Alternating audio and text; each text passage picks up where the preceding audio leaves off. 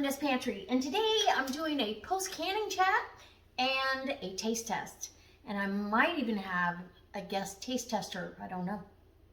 Anyways, I canned up Cajun chicken, and I suspect that there's not enough Cajun seasoning in here, but, and I did have a little bit of siphoning off of some of the jars. I raw packed this, but all the jars sealed. These are by far the best lids I've come across, and I'm thankful to be a part of Forjars and promoting their product. And anyways, Forjars Lids, there's a link down below so you can order your lids in bulk and very reasonably priced, top quality product. They check every shipment they get to make sure that it's up to their standards.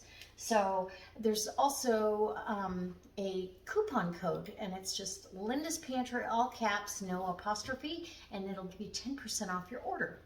So I'm going to use up one of the jars that lost a little bit more liquid than the other ones. It's so funny that you have siphoning on one jar and not on another. This is perfect headspace, and this is not so perfect, but still okay.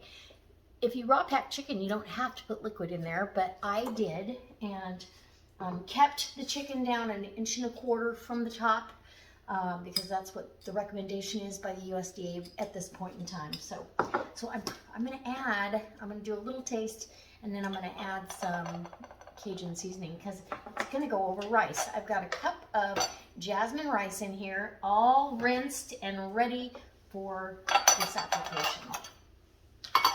So let me bring you in close, that way you can see and hear the pop. And yeah, leave any comments you have down below and let me know if you've tried Forjars Lids yet. I think they're fabulous. I've had such a good success rate that, yeah, I don't know that I'll ever use a different lid. All right, come on in. Okay, so here we go. And I've got my pry lid. Nice, and you could feel that suction, which was really nice. I did put a bay leaf, or half a bay leaf, in each jar. So there's my bay leaf. And I just want to get the liquid off so I can measure how much I'm going to need.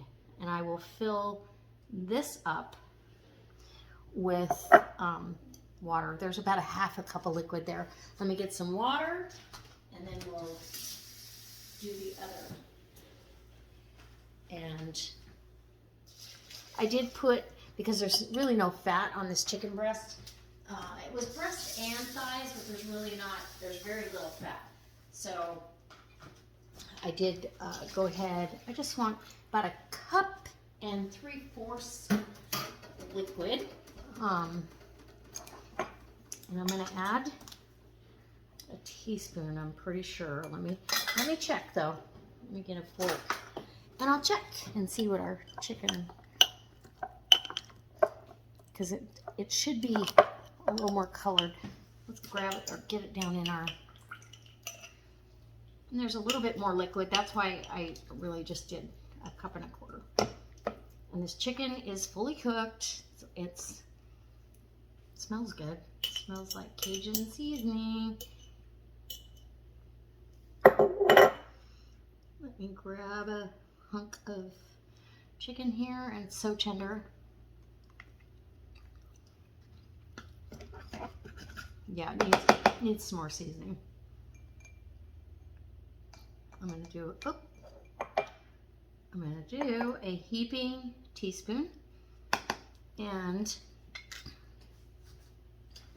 also I think I'm going to get a little bit of chicken bouillon as well for the water that I had to add, right? And the rest of that is pretty concentrated, so it's all good to go. So this is my Tupperware rice maker, and it goes in the microwave.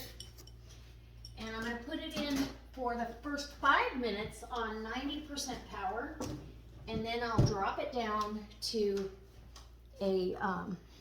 for the last 15 minutes, I will drop it to 60% power. So break up the chicken however you want. And off to the races, and you can kind of see it's changed it to a little richer bricky color like the Cajun seasoning itself. It's super easy. This makes for a quick lunch or dinner. Okay, I'll bring you back when this is all out of the microwave and we're doing a taste test. Okay guys, so I got this out of the microwave. Super easy. And this is such a quick and easy meal. And you don't have to do it in the microwave. You could do this on the stovetop. You could do this in the oven if you wanted to. In a Dutch oven, out on a campfire, it really doesn't matter. As long as you know how to cook rice, which is simple, you can do this. It's still extremely hot. Whew. But this cooks. You can do it in your rice cooker.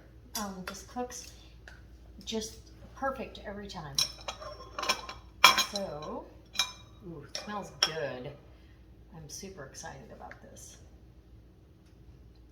And I'm gonna do this as a visual for you guys. Oops, I don't want to get that on my Forjars towel.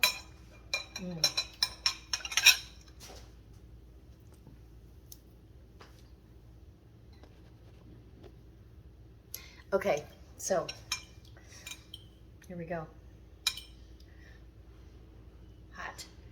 Get a piece of chicken, super tender. Yeah, it's fall apart. I mean, if you've had ugly chicken or home canned meat of any kind, you know it's really, really tender.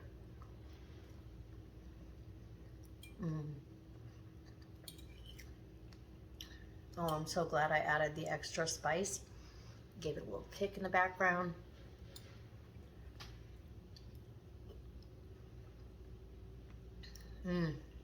Definitely.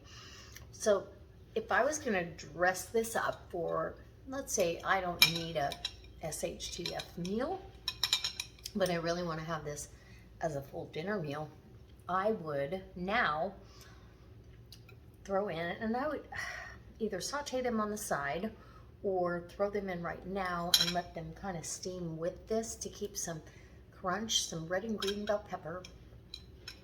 Yeah, you can taste the cayenne and the red pepper flakes. And that bay, I love the bay seasoning too. My gosh. Okay, I'm in it. This could be dinner.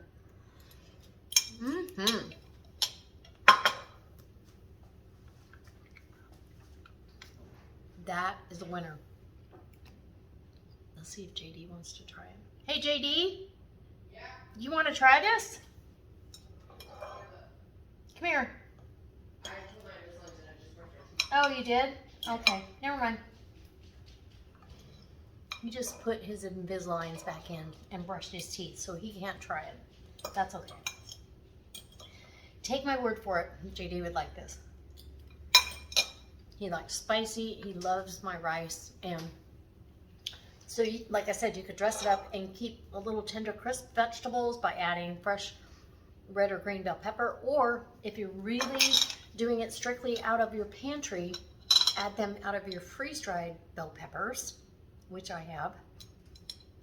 And you could add onion, you could add, I didn't add any onion to this, but I do have some canning jars over there that have some onion, some sweet Vidalia onions in them, and garlic from the garden. What? Yes.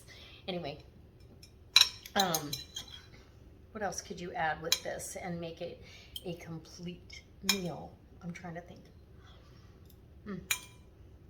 Next to a salad. Delicious.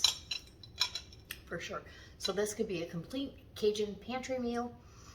Ooh, you could even add some sausage and maybe some tomatoes and make it into a jambalaya. So easy into a jambalaya. For real, even using Thrive tomatoes. Yeah. And you could use Thrive sausage. I would go with andouille, or yeah, I would want andouille or linguiça or some spicier sausage. But if you're taking it right out of your pantry, why wouldn't you do some Thrive sausage? All right. My Thrive link is down below too. All right, guys. I hope it inspires you to definitely, this is a do-over. Can some Cajun chicken, get it on your shelf. I've washed and labeled my jars and they're ready to go. And I know they're gonna stay sealed for a very long time. I rotate, everybody asks. The USDA recommends that you rotate every 18 months. That's a long time. And I typically try to do that. But there are times a jar or two slips away and it ends up on the shelf longer, or it's something I don't typically eat often enough. My rule of thumb is fish is good on my shelf for 5 years. Chicken, beef, and pork, I typically want it off my shelf in 3 years or less. So the food doesn't go bad. It's good indefinitely as long as it's been processed correctly and your jars are sealed. But the nutrition value will degrade as time goes by. So will it still get you by? Absolutely. And will it still be okay as long as it was canned properly? I'm going to tell you, yes, it will. But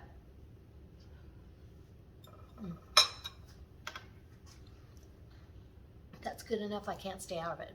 So you definitely want to either add more of the Cajun seasoning to the canning process, because I really just tossed the chicken and I added broth.